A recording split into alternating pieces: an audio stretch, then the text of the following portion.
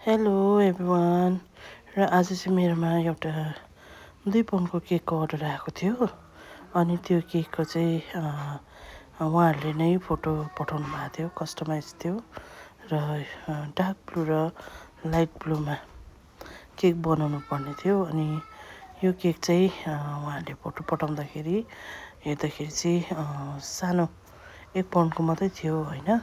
अनि उहाँहरूले चाहिँ तर 2 पाउन्डको अर्डर गर्नुभएको थियो। अनि मैले उहाँहरूलाई सोधेँ र तपाईँहरूलाई केक चाहिँ कस्तो खालके टल केक बनाइदिउँ, किनभने 2 पाउन्डको त निकै ठुलै हुन्छ नि त। अन्त ठुलो हुँदाखेरि चाहिँ तपाईँहरूलाई साइज ठुलो बनाइदिउँ कि टल केक बनाइदिउँ भन्दाखेरि उहाँहरूले टल केक भन्नुभयो। अनि मैले टल केकै बनाइदिएँ है।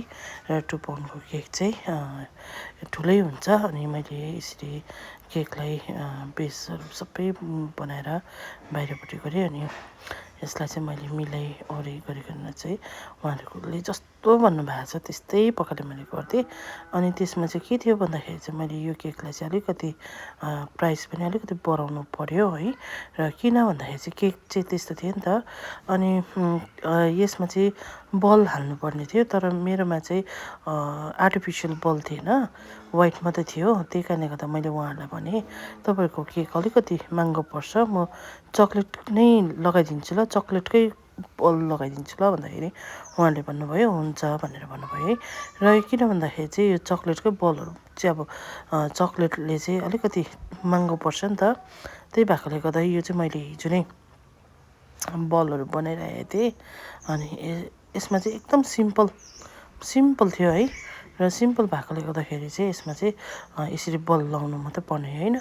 अनि मैले ब्लू र वाइटको उहाँहरू भनेअनुसारमा चाहिँ ब्लू र वाइटको मात्रै थियो। अनि मैले त्यही बनाइदिएँ है। र त्यसमा चाहिँ अलिकति वाइट उयोहरू पनि लगाइदिएँ, त्यसमा पर्लहरू। अनि त्यसमा चाहिँ नाम मैले लेखिदिएँ है।